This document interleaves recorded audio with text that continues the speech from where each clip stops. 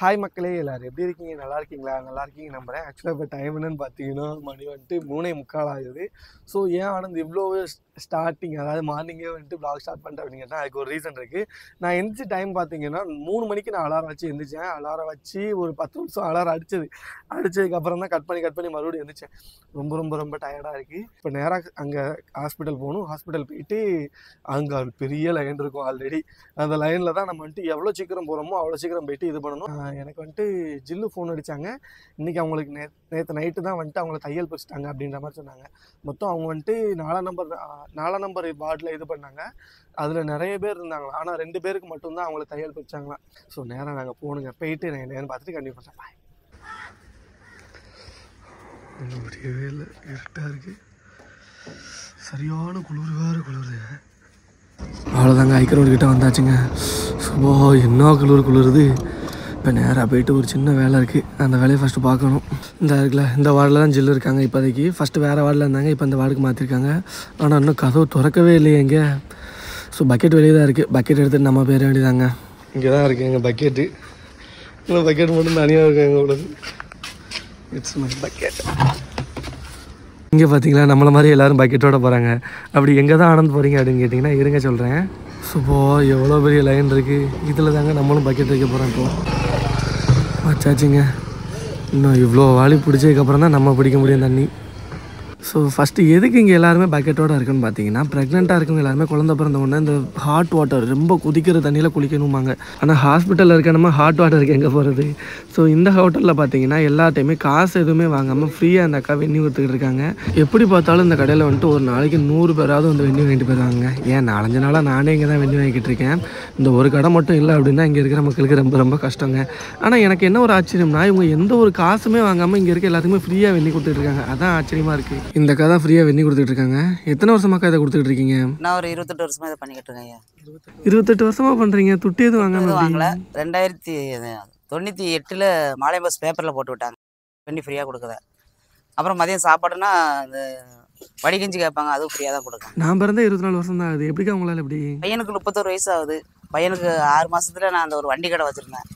கேட்டு பக்கத்தில் வண்டி கடை வச்சுருந்தேன். வண்டி கடையிலேருந்தே கொடுக்க ஆரம்பித்தேன். அப்போ ரோடு டெவலப் ஆன உடனே வண்டி கடையை எடுக்க சொல்லிட்டாங்க.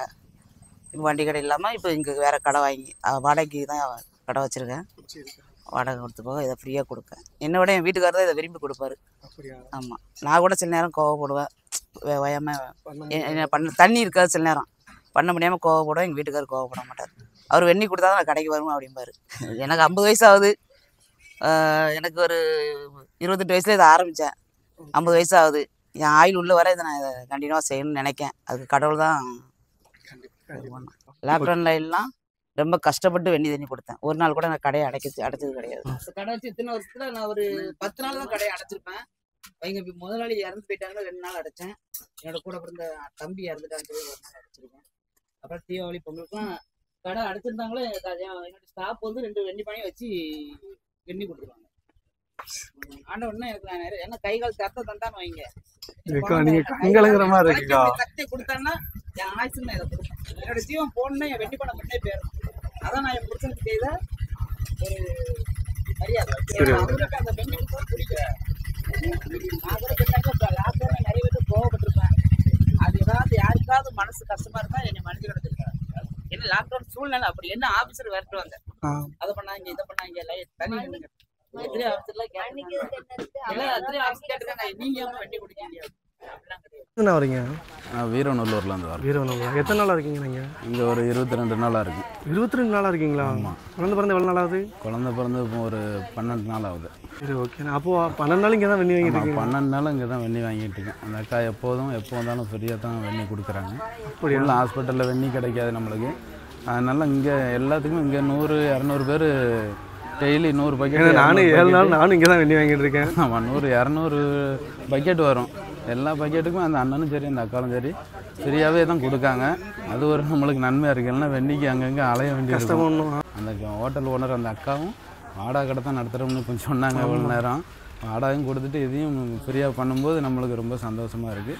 இறைவன் அவங்களுக்கு இந்த அக்காளுக்கும் அந்த அண்ணனுக்கும் நல்ல நீண்ட ஆயுளை கொடுக்கணும். இது ரொம்ப சந்தோஷம். அவங்க நல்லா இருக்கணும்.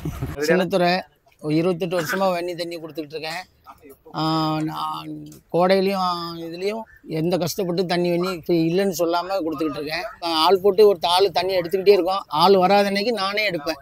அக்கா உங்கள் பேருக்கா? என் பேர் கமலா பேகம். எங்கேருந்துக்கா வரீங்க? எனக்கு களக்காடு பக்கம். களக்காடுலேருந்து வந்திருக்கீங்களா? எத்தனை நாளாக இங்கே வெண்ணி வாங்கிட்டு இருக்கீங்க? நான் வந்து 3 மாதம் ஆகுது. 3 மாதம் ஆகுதா?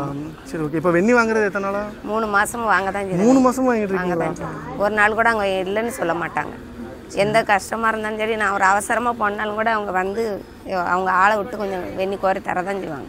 சரி ஓகேக்கா ஓகே. அதனாலும் அவங்க இதில் இவ்வளோ எனக்கும் வயசு 57 வயசு ஆகுது. நான் என் தங்கச்சி எங்கள் அம்மா எனக்கு எத்தனையோ ஆப்ரேஷன் பண்ணியிருக்கேன். இந்த கடையில் வந்து தான் வெண்ணி வாங்கியிருக்கேன். இல்லைன்னு சொல்ல மாட்டாங்க ஒரு நாள். சரி, சுற்றி இவ்வளோ கடை இருக்கும்போது இந்த ஒரு கடையில் மட்டும் வெண்ணி கொடுக்காங்க. இதை பற்றி நீங்கள் அவங்க எப்போ வந்தாலும் சரி தான், இல்லைன்னே சொல்ல மாட்டாங்க வெண்ணி. ஓகேக்கா. எல்லாம் அவங்களுக்கு தீர்க்க ஆயுசை கொடுத்து இன்னும் வரக்கூடிய மக்களுக்கு இந்த ஆஸ்பத்திரியில் இருக்க எவ்வளவோ மக்களுக்கு அவங்க உதவி செய்கிறாங்க. அதனால் இன்னும் அதிக ஆயுசை அவங்களுக்கு கொடுத்து நல்லபடியாக அந்த கடையை நடத்துறதுக்கு எல்லா மக்களுக்கும் உதவி செய்யறதுக்கு எல்லாம் உதவி செய்யும். கண்டிப்பாக. இந்த மாதிரி ஒரு சில நல்லவங்களால தான் இன்னும் பூமி அழியாமல் இருக்குன்னு சொல்லலாம். ஸோ அவங்களோட பேசுனது எனக்கு ரொம்ப சந்தோஷமாக இருந்தது. ஒருவேளை நீங்கள் இந்த சைடு வந்தீங்க அப்படின்னு சொன்னால் மறக்காமல் அந்த அக்கா விசிட் பண்ணிட்டு அந்த அக்காட்ட பேசிட்டு போங்க. சப்போஸ் ஒருவேளை உண்மையிலே இந்த அக்கா வெண்ணி கொடுக்கல அப்படின்னா இங்கே இருக்கிறவங்க நிலைமை என்ன அப்படின்றது கேள்விக்குறியாக தான் இருக்கும். ஸோ உங்களுக்கு என்ன தோணுது அப்படின்றத மறக்காமல் கமெண்ட்டில் சொல்லுங்கள். எல்லாரோட சேர்ந்து நம்மளும் அப்படியே வெண்ணி வாங்கியாச்சு. இன்னும் நேராக போயிட்டு உள்ளே போய் கொடுக்க வேண்டியதாங்க.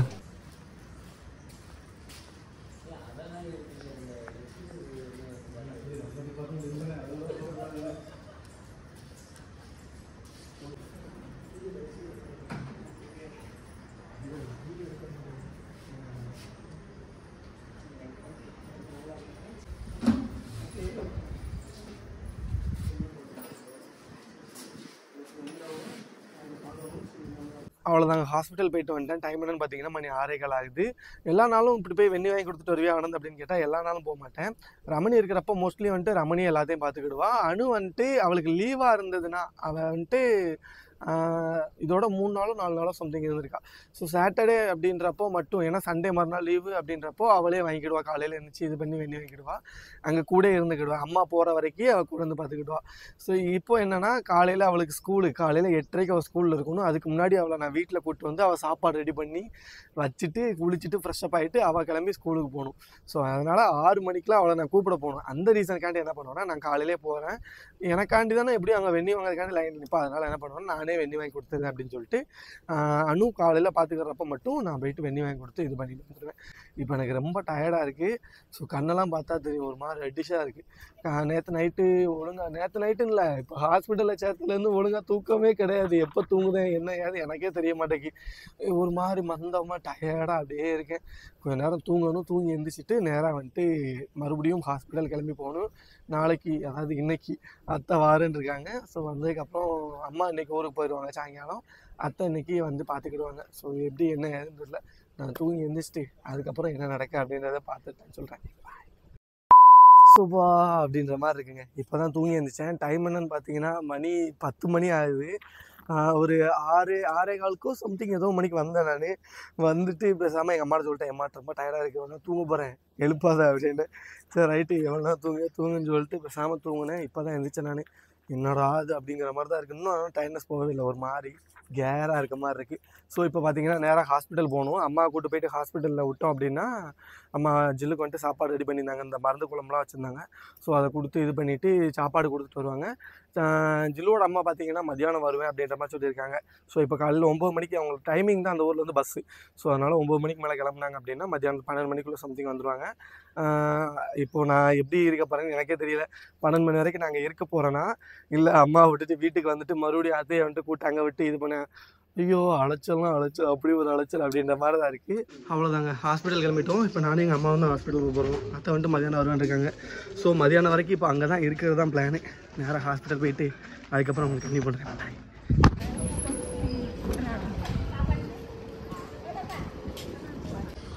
என்னடா சம்மந்தமே இல்லாமல் மாடி காமிக்கேன்னு நினைக்கிங்களா? ஜில்லு இப்படி கூட வரேன்னாங்க, அதுக்கு தான் வெயிட் பண்ணிட்டுருக்கேன். காணும்ல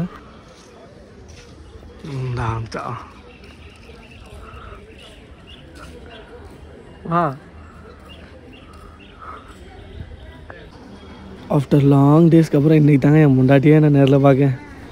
ஸோ இன்னும் என் பிள்ளை என்னைக்கு பார்க்க போகிறேன் எனக்கே தெரில.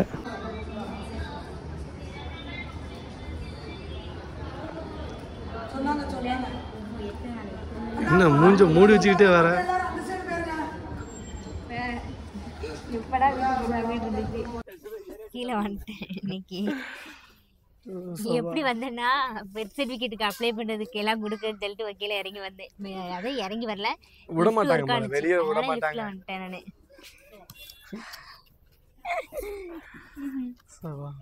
இப்போ எத்தனை நாள் இன்னைக்கு 7 நாள் ஆச்சு. ஆனால் ஹாஸ்பிட்டலுக்கு வந்து 9 நாளா ஆமாம் இருக்கும். 10 நாள் ஆக போகுது. இன்னைக்கு டிஸ்சார்ஜ் இன்னும் சொல்லவே இல்லை. டிஸ்சார்ஜ் சொல்லிட்டாங்கன்னா தையல் இன்னைக்கு தானே படிச்சிருக்காங்க. தையல் இன்னைக்கு தான் ஓடுன்ற மாதிரி தான் இருக்கா. ஸோ இன்னைக்கு தான் தையல் படிச்சிருக்காங்க. மேபி நாளைக்கு கண்டிப்பாக டிஸ்சார்ஜ் இருக்கும்னு நினைக்கிறேன். ஸோ பார்க்கலாம் என்னங்க அப்படின்றது. ஸ்வங்கின்னு பேரோடைய வீட்டுக்கு மொதல் பிள்ளைக்கெல்லாம் என்ன சொல்ல சர்ஜரி இப்படி திடீர்னு ஆப்ரேஷன் சொன்னாங்க. ஒன்றுமே தெரியல. அது பதட்டமே இல்லை. அது பட்டாலும் டக்குன்னு வேணும்னு கொடுத்துட்டாங்க, கூட்டு போயிட்டாங்க. வலியும் இல்லை. அதே மாதிரி சீக்கிரமா டிஸ்சார்ஜ் ஆகி நான் வீட்டுக்கு போயிட்டேன். 8வது நாளே எனக்கு கை கால்லாம் வெள்ளை வெள்ளையான்னு ஆயிட்டா. அப்புறம் உள்ளே இருக்கேன், உள்ளே உட்காந்துருக்கேன் நல்லா. அதனால தான் வெள்ளை வெள்ளைன்னு இருக்கேன். ரத்தம் இல்லை தெரியுமா, அதனால தான் வெள்ளை வெள்ளைன்னு ஆயிட்டேன். அது ஒன்று. ரெண்டாவது ஆள் கொஞ்சம் கட்டையான மாதிரி இருக்கா. இல்லை நான் தான் வளர்ந்துட்டேனா இல்லை எவ்வளோ நாள் பார்க்கலங்கனால அப்படி இருக்கா அப்படின்றது நான் மெலிஞ்சிட்டேங்க. வரப்போ 50 கிலோ இருந்தேன். இப்போ வெயிட் பார்த்தோம்னா 30. கண்டிப்பாக சொல்ல 40. ஆமாம், இப்போ குழந்தை பார்த்ததுக்கு அப்புறம் வெயிட் சொல்லுவேன். 8 நாளே நான் ரொம்ப வெங்கின்னு ஆயிட்டேன். பிளட்டும் இல்லை என் உடம்புல. அதே மாதிரி என்ன சொல்ல உள்ள கூட்டு போகுமே என்ன வலி வந்துருச்சு தெரியுமா.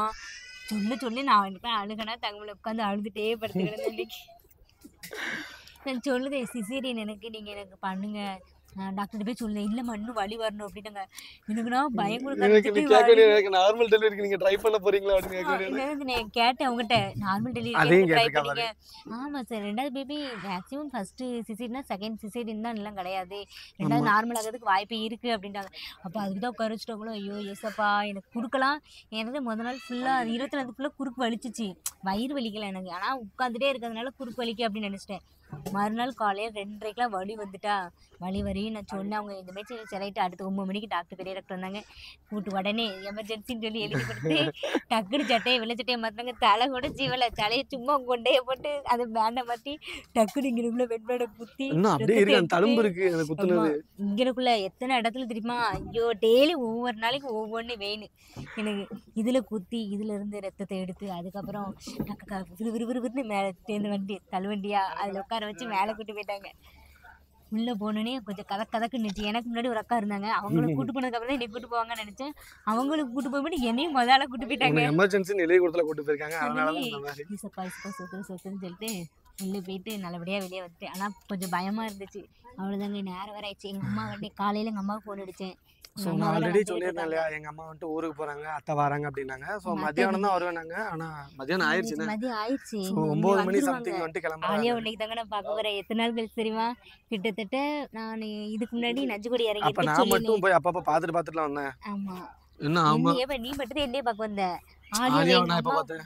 ஆலியாவே நீயும் பார்க்கல. நம்ம 2 பேரும் சேர்ந்து கிட்டத்தட்ட 50 நாளைக்கு மேலே 60 நாள் சம்திங். ஆமா 50 நாளைக்கு மேலே 17 நாள் ஆஸ்பத்திரியில் இருந்தேன்னா. இடையில எங்க வந்தா நம்ம வீட்டுக்கு போனதுக்கு அப்புறம் எங்க வந்தா. எங்க அம்மா கூட்டே வரல. அது வரல. கூட்டு வர ஆஸ்பத்திரி 4 நாள் கழிச்சு கிட்டத்தட்ட ஒரு 50 நாள் ஆயிட்டு 40 நாள் சம்திங் இருக்கும். நீ அங்க இருந்தது 25 நாள் இருந்தியாமா வீட்டுல. 25 நாள் 1 மாசம். ஆமா கிட்டத்தட்ட 37 நாள் 40 நாள் ஆக போகுது. சம்திங் ஆக போகுது. ஆலியா 10 நாள் ஆக போகுது. இதான் நம்ம பார்க்கவே போறேன் பிள்ளையா தெரியுமா. நம்ம கூட பேச சும்மாவே வீடியோ கால்லாம் பார்த்தேன் அப்படின்னு. ஊசி போட தானே போயிருக்க. ரெஸ்ட் எடு டாட்டா வை அப்படின்ட்டுவா. அதுக்கு முன்னாடி நீ விட்டுட்டு போயிட்டல. உன் கூட நான் சண்டை, உன் கூட பேச மாட்டேன் அப்படின்ட்டா. இப்போ ஆனா கொஞ்சம் தெளிவா பேச ஆரம்பிச்சிட்டாங்க. வந்து நிறைய சின்ன பிள்ளைங்க இருக்காங்களா, அவங்க கூட தெளிவா பேச ஆரம்பிச்சிட்டா. நம்மள வந்து பாரு அப்படிங்க வந்துட்டு நிறைய சேட்டை பண்ணுதா. எங்க அக்காவை பாடா படுத்துதா. அவங்க இல்ல அவங்க கண்டிக்க மாட்டேங்க, ஒரு ஏச மாட்டாங்க. நம்மட்ட அப்படி கிடையாது. அடி விழும் மடியில போட்டு படுக்க வச்சு பழக்கம் கட்டி வச்சிருக்காங்க. நான் இங்க வந்தா எல்லாமே மாறிடுவா. நான் என்ன பாடுபட போறேன்னு இன்னும் பாட வர மாட்டேன். ஏய் அப்படின்னா உட்காந்துருவா. சோ பாத்துக்கலாம், அது பிரச்சனை இல்ல. என்னால முடியல.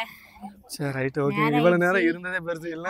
சத்தமா சரி ரைட் ஓகே பாத்துக்கலாம். ஸோ பத்திரமா போங்க, குழந்தைய பாத்துக்கோங்க. இவங்க அந்த குழந்தைய ஆலியாவை இவங்க சொல்லுவாங்க. அப்படி பார்த்தா இந்த குழந்தை இவங்க டெய்லி பாத்துக்கிட்டு இருக்காங்க. நான் என்ன பாத்துக்கிட்டா இருக்கேன். நீங்க பார்க்கல, 2 பிள்ளைகளுமே பார்க்கல. நாளைக்கு டிஸ்சார்ஜ் பண்ணிட்டாங்கன்னா பாப்பேன். பார்த்துருவேன். என்ன வீடியோ காலில் பார்த்துட்டு தானே இருக்கேன். ஸோ அதனால் வந்துட்டு நேரில் பார்க்குறது அப்படின்ற மாதிரி இருக்குது. பட் ஆனால் கையிலலாம் வாங்க மாட்டேன், அது வேறு விஷயம். ஐயா பிடிக்க தெரியணும்ல. ஒண்ணுமே இல்ல, இப்படி பிடிச்சா போதும். தலை இந்த கை, உன் கை பெரிய கை தான், அழகா உட்காந்துக்கணும். சரி ஓகேங்க, பார்க்கலாம். ஸோ அடுத்த விளாகில் என்னென்னு பார்ப்போம். பார்த்து போங்க சரிங்களா? நான் பார்த்து போகிறேன். ம் நாளைக்கு காலையில் டிஸ்சார்ஜ் பண்ணிட்டாங்கன்னா குழந்தையும் பார்ப்பீங்க, ஆலியா வண்டிக்கு பார்த்துருவீங்க. No problem. சரி ஓகே. எல்லாருமே பத்திரமா இருங்க. எல்லாருமே பார்த்து ஸோ அடுத்த விளாகில் நான் மீட் பண்ணுறேன். பாய்.